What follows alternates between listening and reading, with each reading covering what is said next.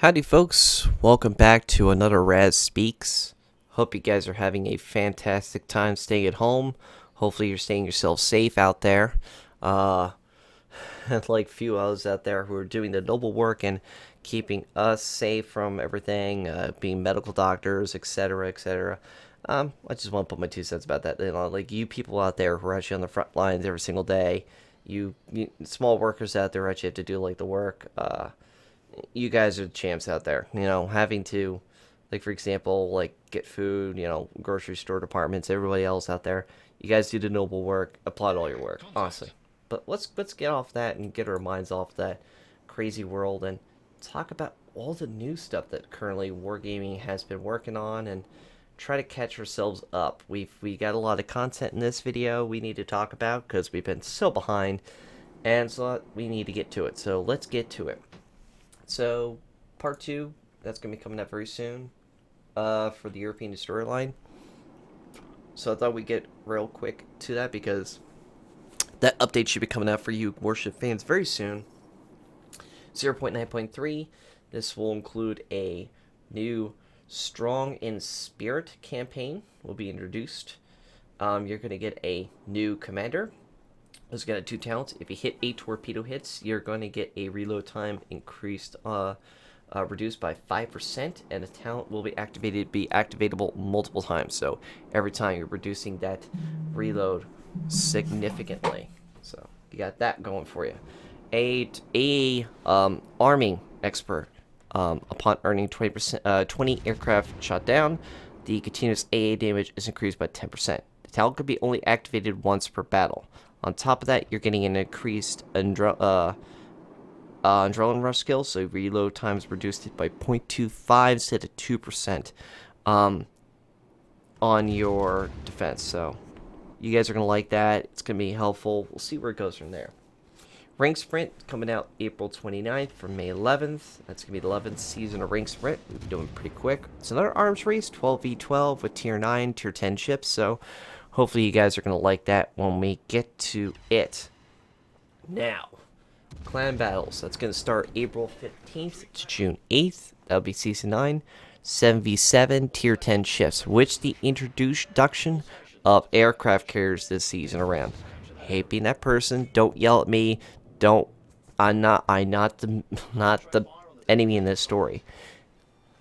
Promote me as the messenger of death, because I think a lot of people definitely don't want to see aircraft carriers at tier 10 in a clan battle rating. However, Wargaming does see that this is going to be an issue, so they addressed this quite a bit with some testing, and they said that what they're going to do is, this is the setup.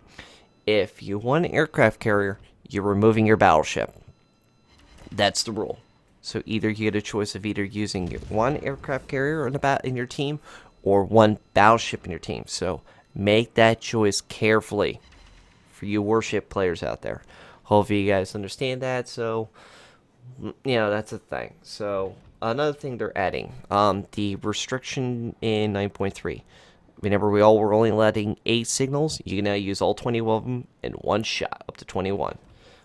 This is all going to be having you guys set up where you can all either mount them, dismount them with simple clicks of the button. So well done, Wargaming, to update that. They're updating the tech tree with a little more differences, the specialties between the ships and the tech tree and stuff like that, adding better details. They're also adding lacquers for the permanent camo for the high day. They're also working on new camos called the Victory Day patch. It's going to be going on Alabama, Texas, New Orleans, Duke of York, Implacable, Agile, Minsk, and Oktoberskaya Revoluция. So I hope you guys are going to like those new camos. They look really cool. I like the black, the white and red, and the white, red, and blue. It looks just really cool looking. I'm looking forward to actually getting a couple of those. I'm not looking forward to talking about those super tester ships that we originally spoke about, Franklin Delano Roosevelt, Champagne. We're not going to talk about them. I think they're just both garbage. And if you guys want me to discuss them in another video, just write in the comments down below if you guys are interested. I'll do it in another video because personally, I think they're garbage. There's no point in me talking about them. Content-wise, I think they're just not even anything fun to see. So that leads us to the next thing. the Soviet event that's probably going to come out after that, 9.4. So we're gonna have the early access, of course, to those heavy cruisers from tier 8 to tier 8, tier 9. The permanent camouflage for the Soviets gonna be added for the tier 5, tier 8, and tier 9, tier 10, tier 8, and another tier 8. All those ships are gonna get. The Black Sea is gonna be changed to a Novorossiysk port before, and so the Black Sea place is gonna get renamed. That figures. We're also going to get a new ranked season from May 20th to June 16th. This will be the 16th ranked battle. Jesus, 16 seasons of this. Wow. 7v7 format and ranked tier 7. So we'll talk about that more as it comes up, with 4,700 steel on the way. They will be updating the modules tab and be viewable upgrades and consumables for the ships not yet in your port. You can research and purchase a ship in the tech tree tab. They'll be updating some of the maps with some new key locations. They're also going to be removing some locations of islands for loop, and they're also going to be changing the island borders around the Atlantic maps, so that's all getting revised. So look forward to seeing that. There's also new camos that they're working on for the recruiting station. I personally don't use recruiting station. I don't know if I'm ever have the ability to use it, so go for them. So that's coming out very soon. We'll see how that goes on a later update. We'll talk about that at some point or form. But that's pretty much with those. Now let's talk about the next line of super tests that's after this. So we already have the filing of this new line, the testing of a new line on the next patch, and then the finalization of that. So near the mid of April, we'll have the finishing of this. Then May, we're going to have the testing of the early Russians. June is the finalization of them. So I guess in July, maybe this is the earliest we might see them. So in July, what we might see is aircraft carriers updated, where we're going to actually have German ones. Yes, that's right, guys. We're going to have German aircraft carriers. How fitting, right? Well, welcome to World of Warships, folks, where we actually hear some really, really crazy stuff. So, Wargaming guests decided to work on these, and we have not one, not two, we have a full line that'll be coming out very soon.